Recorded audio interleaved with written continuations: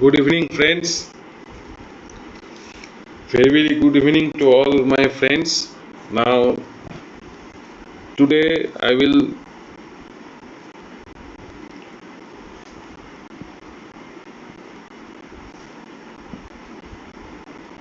today we will go to study about plasma versus serum, which is used in biochemistry lab in medical lab technology. It is a very important topic because everyone should know the difference between plasma and serum.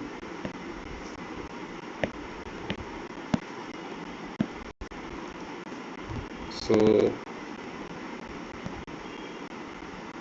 this is my first live in YouTube. This is my first live session in YouTube. So now I am going to start plasma versus serum, which is created by me, fully created by me, because for the last 1 year I am a DMLT student, and I have seen that plasma versus serum is the most important topic which every DMLT student should know, and it is very useful also. So I have selected this topic for today's session. Now let's start it first. You can see in the screen here it is written plasma versus serum, which is created by me. So first we should know the composition of whole blood. So in order to know the composition of whole blood, here we can see that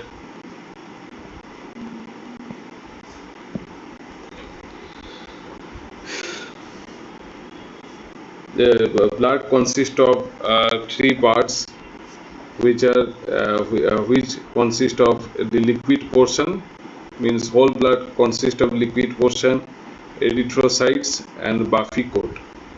Now what is the liquid portion? This liquid portion is known as the plasma, and it constitutes 55% of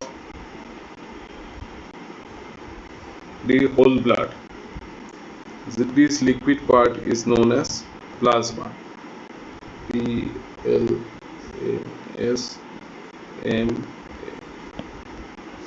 I am writing this for you in the screen. Now, what is the erythrocyte? Erythrocyte are the red blood cells which are present in our whole blood. Erythrocyte is the red blood cells which are present in the whole blood, and it constitutes 44% of our whole blood.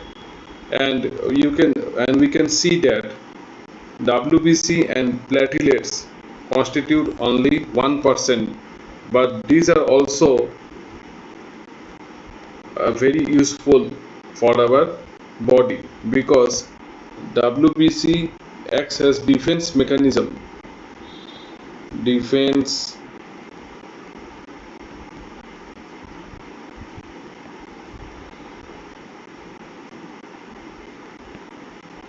mechanism means when some inflammation occur in our body, then WBC goes in that side to provide a defense mechanism, and it fights many bacteria and viruses in our body to keep our body healthy. So white blood cells, WBC are known as white blood cells. I am writing here, WBC are known as white blood cells, and it is very important for our body because it acts as defense mechanism, and it is very important for our body because it fights many bacteria, viruses and any other thing, and it also helps to keep our body healthy and safe from other uh, antibodies or pathogens. And then what is the function of platelets? Platelets helps in clotting of blood. When some cut occurs in our body or in our any cut occur in our body, then these platelets act as thrombocytes. Platelets are also known as thrombocytes. T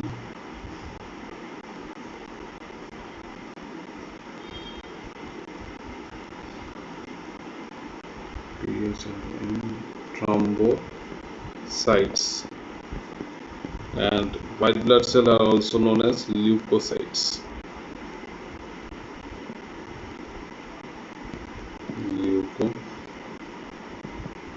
Leukocytes. Now here we can see that we have studied about the liquid portion of the blood. In this page we have studied the liquid portion of the blood, and the liquid portion of the blood is known as plasma, which consists of 55% of our whole blood. And after that we have studied about erythrocytes, which is known as red blood cell, and that constitute 44% of our whole blood. And after that we have studied about WBC, which is known as white blood cells, and it acts as a defense mechanism for our body, and it is also known as leukocytes. And after that we have studied about platelets, which are known as thrombocytes, which helps in clotting of blood. So we have now studied about the composition of whole blood, and these things are very much important for our body. Now in this second slide we will study about what is blood plasma, which constitute 55% of our whole blood. Plasma constitute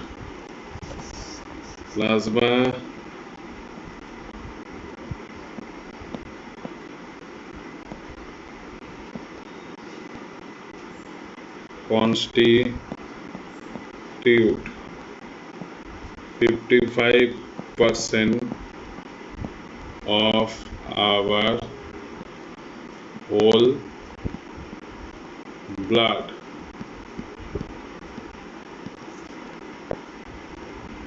Now we should know what is plasma, what is blood plasma. For that, now here it is written as what is blood plasma. Plasma is the liquid, or which is the cell-free part of the blood that has been treated with anticoagulants. It acts as primary transport medium in our body. So plasma is a liquid which is yellowish in color, and it is the cell-free part of our body, and its main primary use is to it act as transport medium in our body to transport waters, salts, enzymes, hormones and proteins.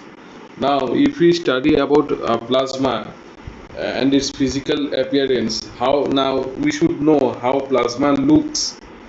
Now you can see in the right hand side here I have given a picture of how plasma looks, and you can see that plasma it appears as a clean, you can see here it appears as a clean yellowish fluid that floats at the top after centrifugation. So when we take the whole blood in a EDTA tube, and if we centrifuge it, then we can extract plasma from it, and the plasma which is extracted looks like, it appears as a clean yellowish fluid which will float at the top of the tube after centrifugation. When you centrifuge the whole blood in a centrifuge machine, then by taking the blood in a EDTA or sodium fluoride tube, then we can extract plasma easily from that whole blood by centrifugation. Now, one of the main one of the main importance of plasma is the plasma contains the clotting factor, as you can see, the fibrinogen, and which remains suspended in the fluid. So after extraction of plasma, we can see that the plasma contains the clotting factor fibrinogen, which remains suspended in that fluid after centrifugation. Now, the anticoagulants or the tubes which are used to collect plasma, if you want to collect plasma from the whole blood, then we have to take the whole blood in the tube, like we have to take the whole blood in EDTA, heparin or citrate tube. Then only, because it contains anticoagulant. And if we wanted to take the plasma out from the whole blood, then we have to collect the blood in the anticoagulant. As if we collect the blood in the clot tube, then we cannot extract plasma from it. If we collect the blood in a red top tube, that is, which do not contain any anticoagulant, then after centrifugation, can you tell me which thing we can extract? It is known as serum. So to collect plasma, we should collect the blood in tube which contains anticoagulants, like the tubes can be EDTA tube, which is violet in color. EDTA tube is violet in color. I am changing the color of the pen to violet. EDTA is violet in color. Heparin tube is green in color. I will change the color for you. Green. And citrate tube is gray in color. Gray in color. Okay, then here in this slide we have studied about what is plasma. Now in next slide, now I will go to next slide. In the next slide we will understand what is serum. Now, for understanding what is serum, we should know first the definition of serum. As you can see, serum is the liquid portion of the blood that remains after the blood has been allowed to naturally clot. Now, when we collect blood in a red top tube for extracting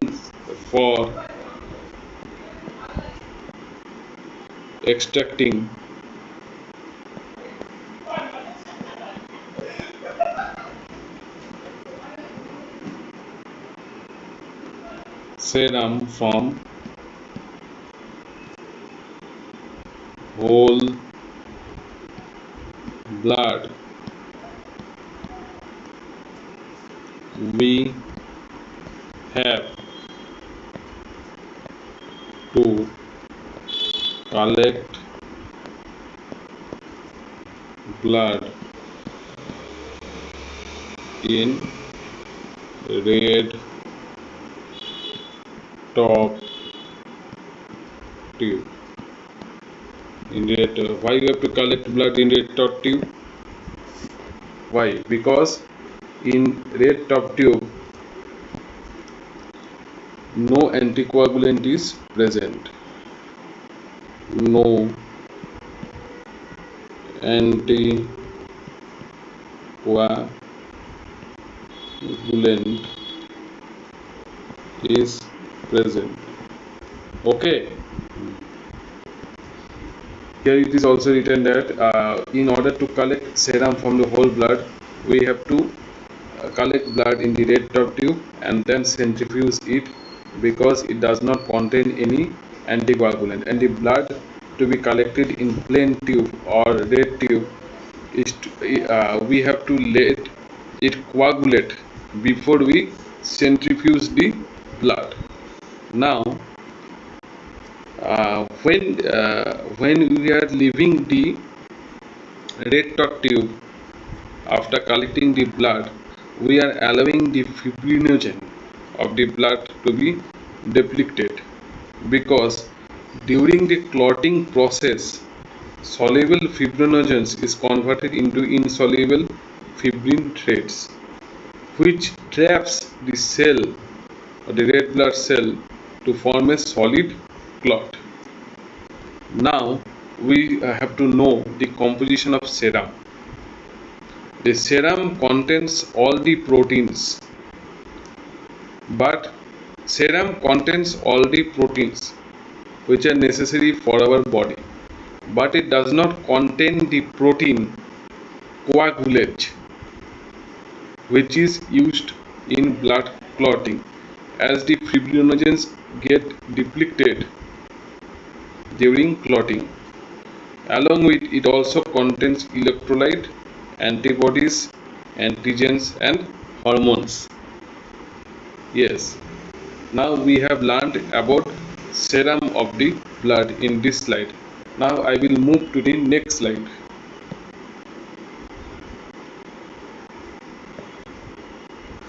Now one key difference. Now you can see here one key difference between serum and the plasma. The main difference between the serum and plasma is serum equals plasma minus fibrinogen. This is the key difference between serum and plasma. Then what is if anyone asks you what is serum, then you can tell them that serum equals plasma minus fibrinogen, because in serum because when we are collecting the blood in a red top tube, we are allowing which does not contain any anticoagulant in it, we are allowing the fibrinogen to get depleted, and we are allowing to clot the blood, so to get the blood clotted, and when we centrifuge it, then we can extract the serum from that whole blood. Now I will also tell you that the entire distinction between plasma and serum comes down to the coagulation cascade. Once fibrinogen is consumed to create a blood clot, the remaining liquid is classified as serum, and it is very easy way to tell what is serum. If someone asks you what is serum and tell you to tell about the main difference between serum and plasma, then you can say that serum is equal to plasma minus fibrinogen. So when we are allowing the fibrinogen to clot the blood and then we centrifuge it in the centrifugation machine by taking the whole blood in a red top tube, then we get the remaining liquid which is classified as serum. So I will now jump to the next slide. and in the next slide there are direct comparison. As you can see here, you can see that what is plasma and what is serum.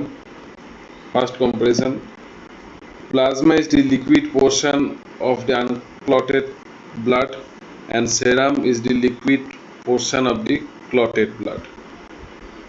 The anticoagulants which are required to extract plasma are EDTA and heparin, and they and to extract serum we does not require any anticoagulant. We have to take blood in the plain tube, which is red top tube.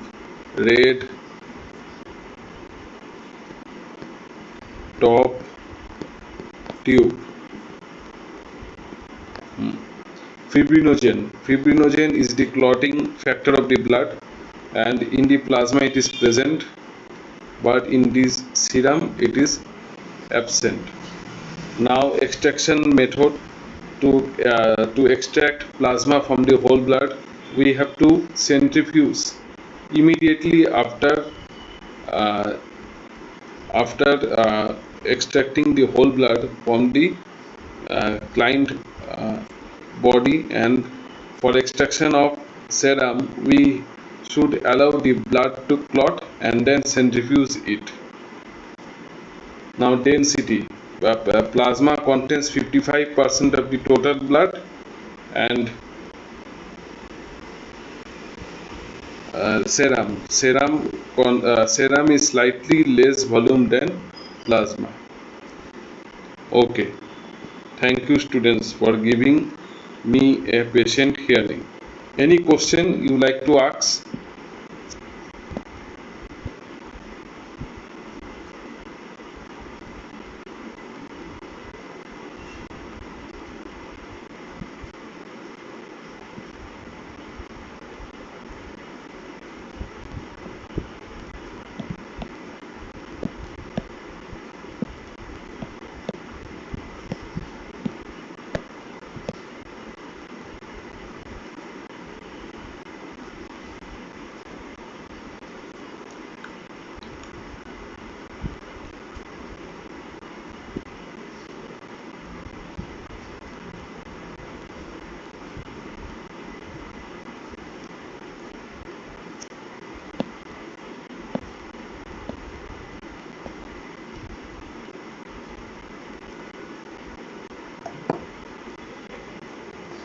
Any question?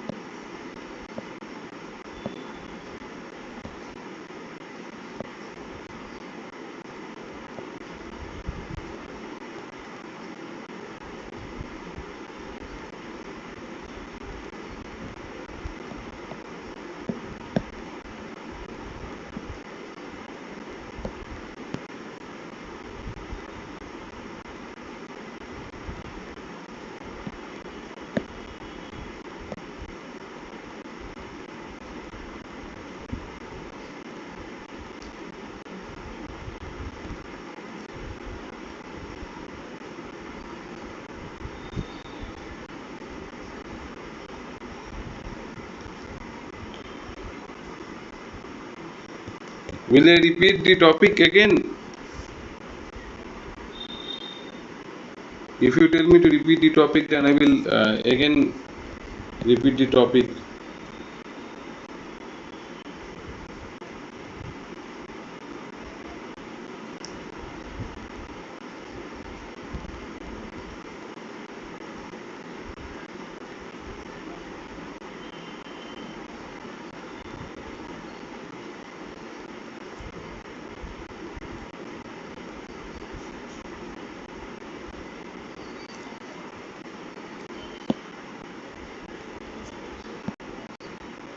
कभी notice किया hand brake लगाने में सिर्फ पीछे वाले पहिए lock हो जाते हैं, आगे वाले पहिए फ्रीली घूम रहे होते हैं।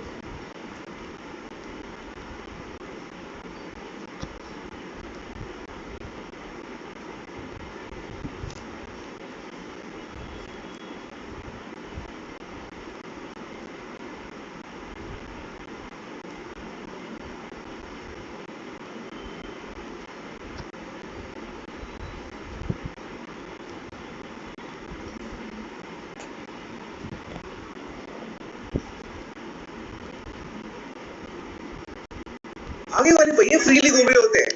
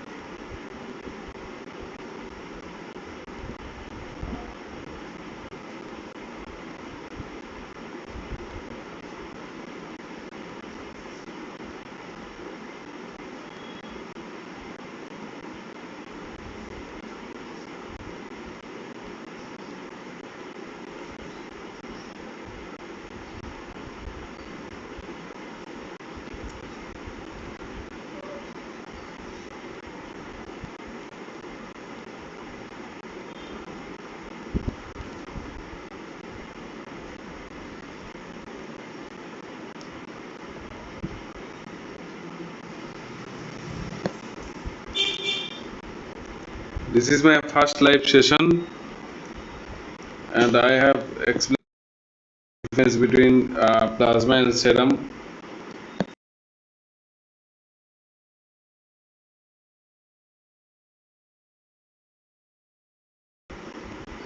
Please like and subscribe my channel for more videos. For more live session, I will continue the live if you are interested. So please let me know if you are watching, because I can see only one person is watching.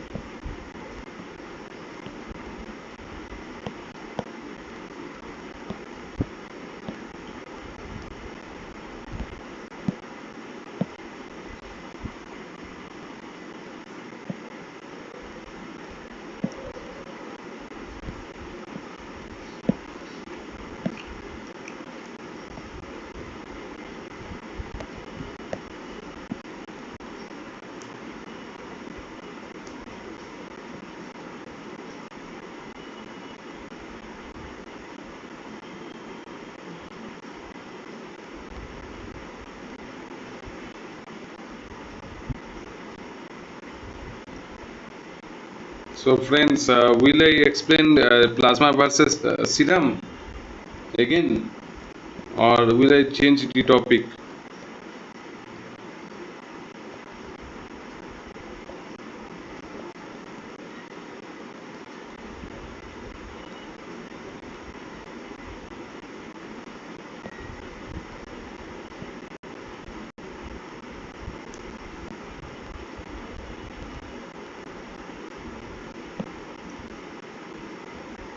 Please let me know.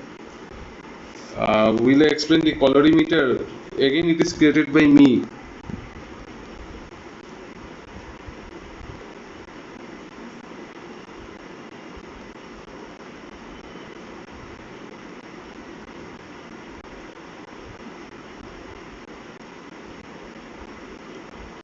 From now, I will be conducting live session in different topics each and every day.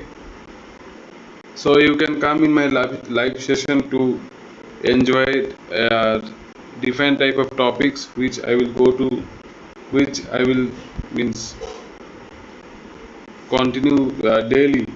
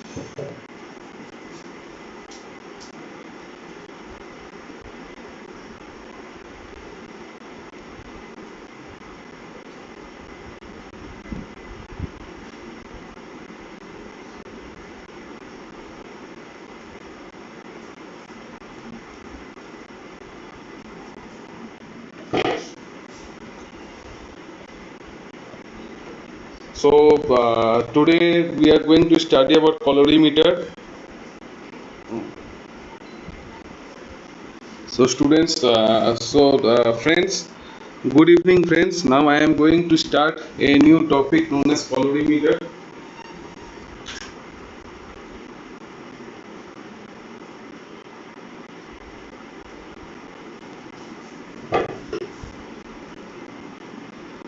Colorimeter. Now in colorimeter we will go to study about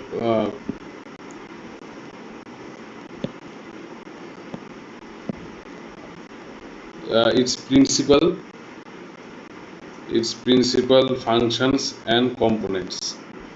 Okay, it is a very interesting topic.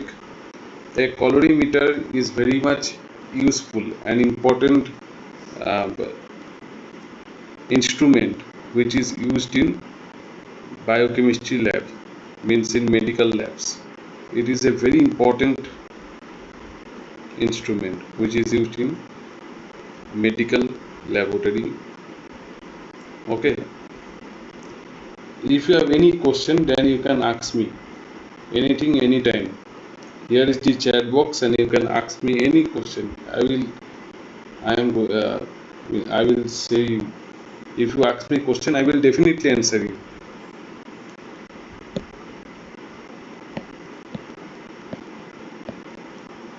Now first, when you are going to start the colorimeter, first we have to know what is colorimeter. Okay.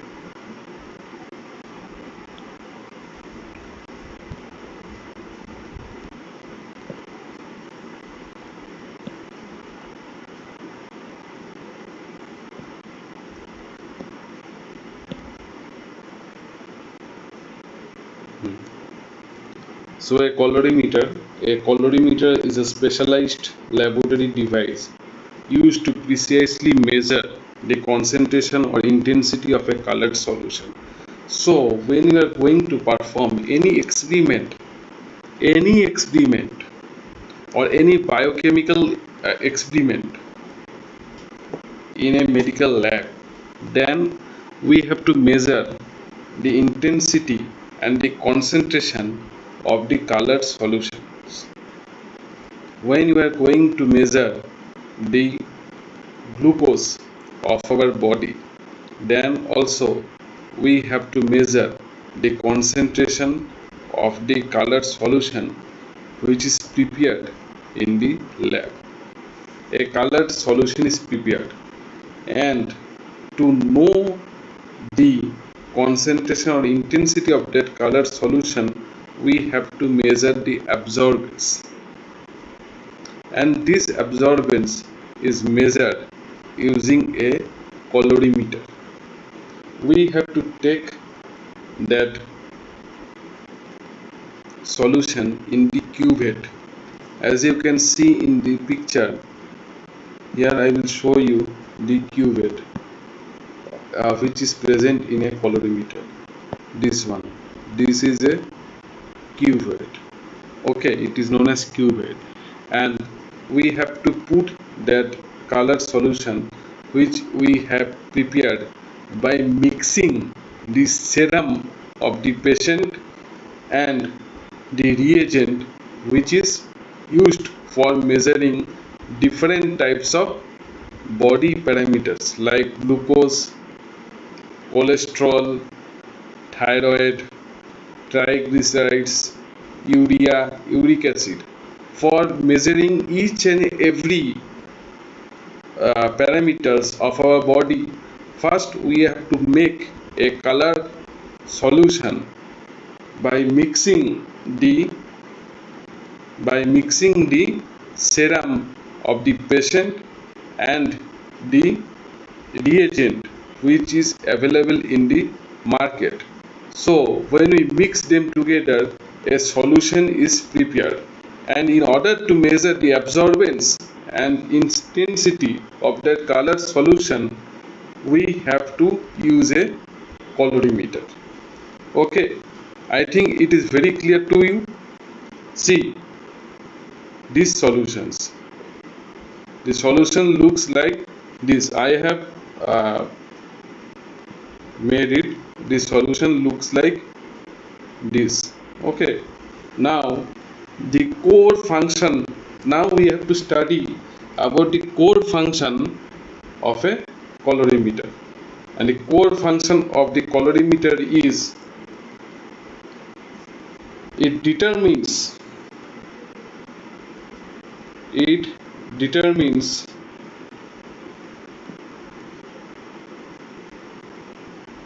how much light a solution absorbs at a specific targeted wavelength. Now, when we are using the colored solution in a colorimeter, we have to set the target wavelength so that we can get the absorbance.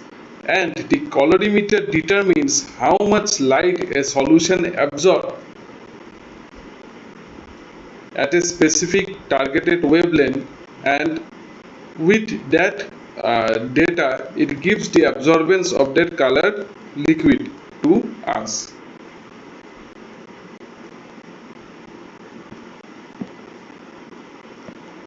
Now the key applications of colorimeter.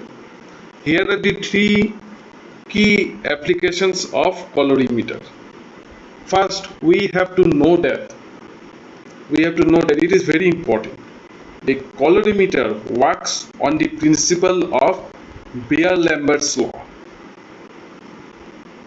It is a very important and useful law for a biochemistry lab, because each and every instruments or devices which are used in biochemistry lab, most of them uses the Beer-Lambert's law, and I have explained the Beer-Lambert's law in the next slide, and after explaining the next slide I will come back to this slide. Okay, so the Beer-Lambert's law is very important for most of the instruments which are used in the lab. So we can say so I will explain you the Beer-Lambert's law. Here the Beer-Lambert's law states that the absorbance of light means the amount of light which colorimeter can absorb at a specific wavelength is directly proportional to two factors. Only two factors. The absorbance of light is directly proportional to two factors. One is the concentration of the color solution, colored substance, which we have prepared by mixing the serum of the patient and the reagents which are available in the market for different tests, different reagents, and the path length or the distance of the light traveled. Okay, so I have explained here the importance of Beer-Lambert's law, and it states that the absorbance of light is directly proportional to the concentration of the colored substance and the path length or the distance the light traveled. Now I will go back to the slide which I have told I will explain later. Now we can see here that colorimeter has three key applications which everyone should know, and that is, it measures the concentration of the colored solution. It measures the concentration of the colored solution, which is, by using the Beer-Lambert's law, it measures the concentration of the solute based on the measured absorbance in the solution. So how we can make a solution? Now I will explain you. In order to make a solution, we have to use two things. We need two things. To make a solution, we need two things. So here I am writing solution is, wait, I will change the color of the pen.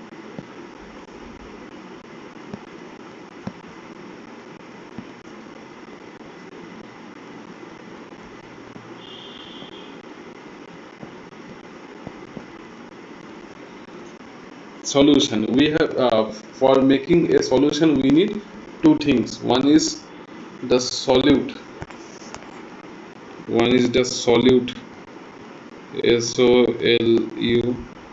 One is solute and one is solvent. Okay.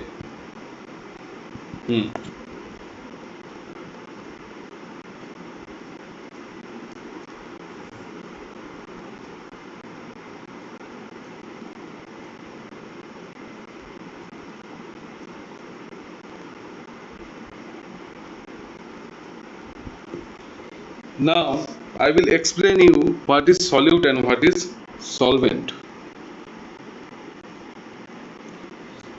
This substance, what is solute? First I will explain you what is solute. The substance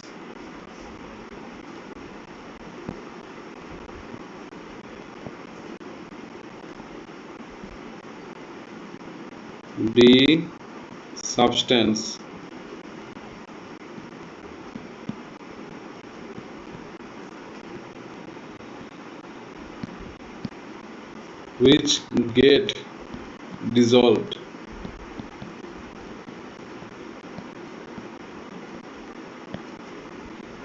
The substance which get dissolved. Now if we think about preparing a sugar solution, then we need two things. One is the solute and the solvent. Here the solute is the sugar, because sugar will get dissolved in the solvent. Then what will be the solvent? Solvent will be the water. Okay. Then if we prepare sugar solution, what will be the solute? Sugar, and the solvent will be the water. Now what is solvent?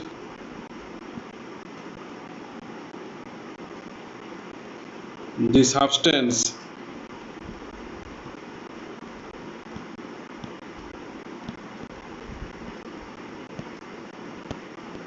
which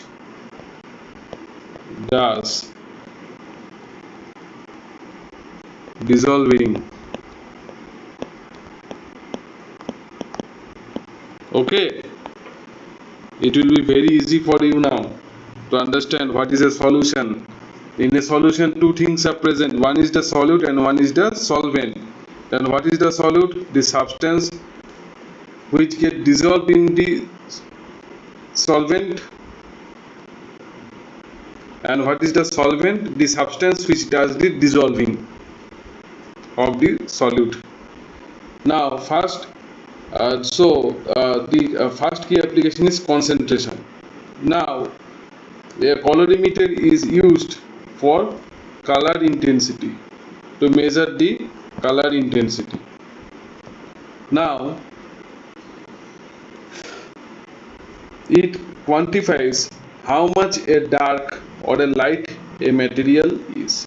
Here you can see it quantifies how much a dark or a light a material is, which enables a very precise comparison against standard reference sample. So we should know that while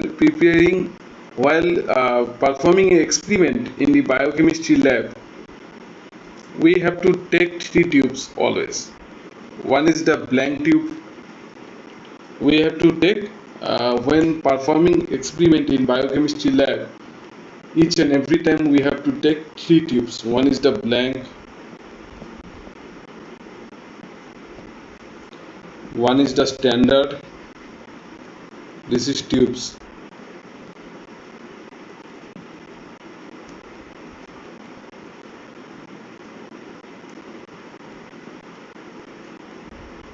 and one is the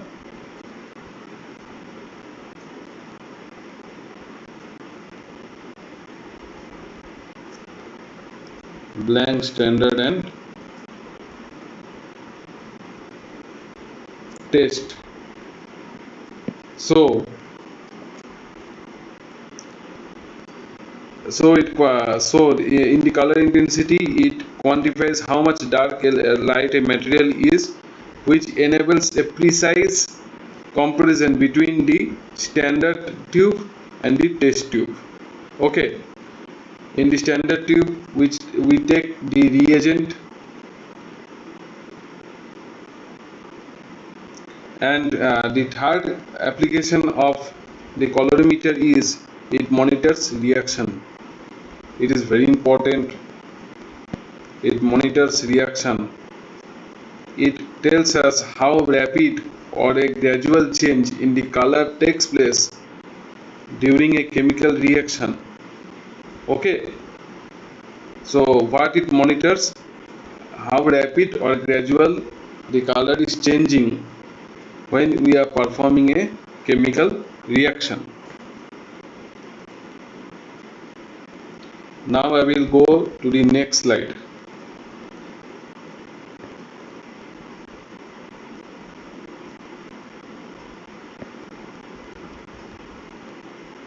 Now here are the parts of colorimeter.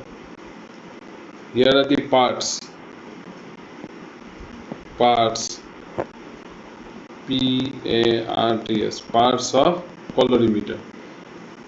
So in a colorimeter we need a light source, which is usually a LED bulb. Okay, LED bulb. And then we need a filter system. Why we need a filter system? To select. Why we need a filter system? To select a specific wavelength of light that is most suitable for the colored solution to be tested. Okay.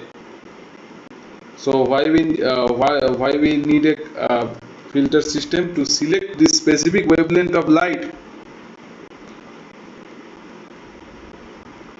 Different experiments requires different wavelength of light. So we need a filter system to select the specific wavelength of light which is used for the color solution to be tested and to measure the absorbance in a colorimeter. Okay, now we need a cuvette. So why we need a cuvette? Cuvette is a transparent container. It looks like this. Cuvette is a transparent container which looks like this, and it holds the liquid sample in a colorimeter. We cannot use test tube in a colorimeter. So we have to transfer the liquid or the solution or the color solution which we have prepared to perform an experiment into a cuvette. And cuvette is a precisely made transparent containers that holds the liquid in a colorimeter, because in the cuvette it contains the color solution. So when we put the cuvette in the colorimeter in where the color solution is present, the light will pass through it and give the absorbance of that sample in the display of the colorimeter. Okay, now photocell. Next part is photocell.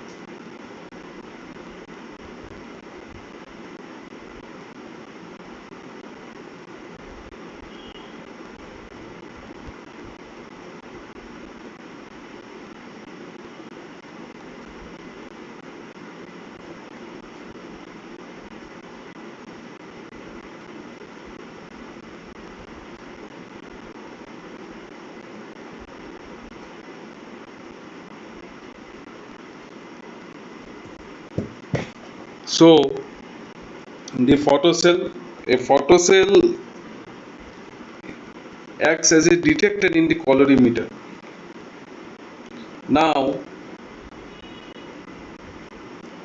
it detects the exact amount of light that manages to pass through the sample. Okay, yes. Now we have to study about amplifier and display. The amplifier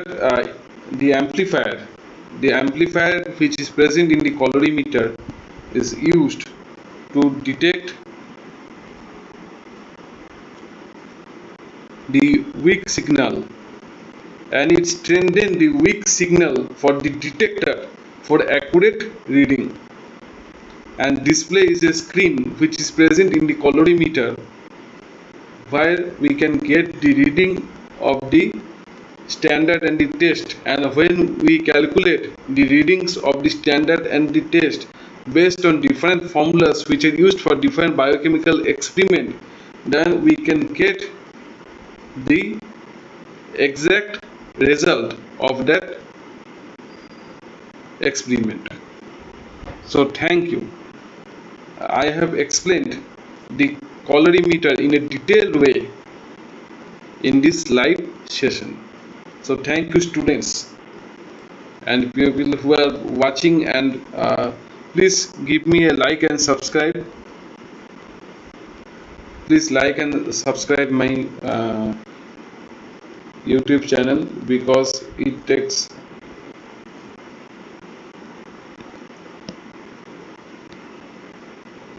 Thank you.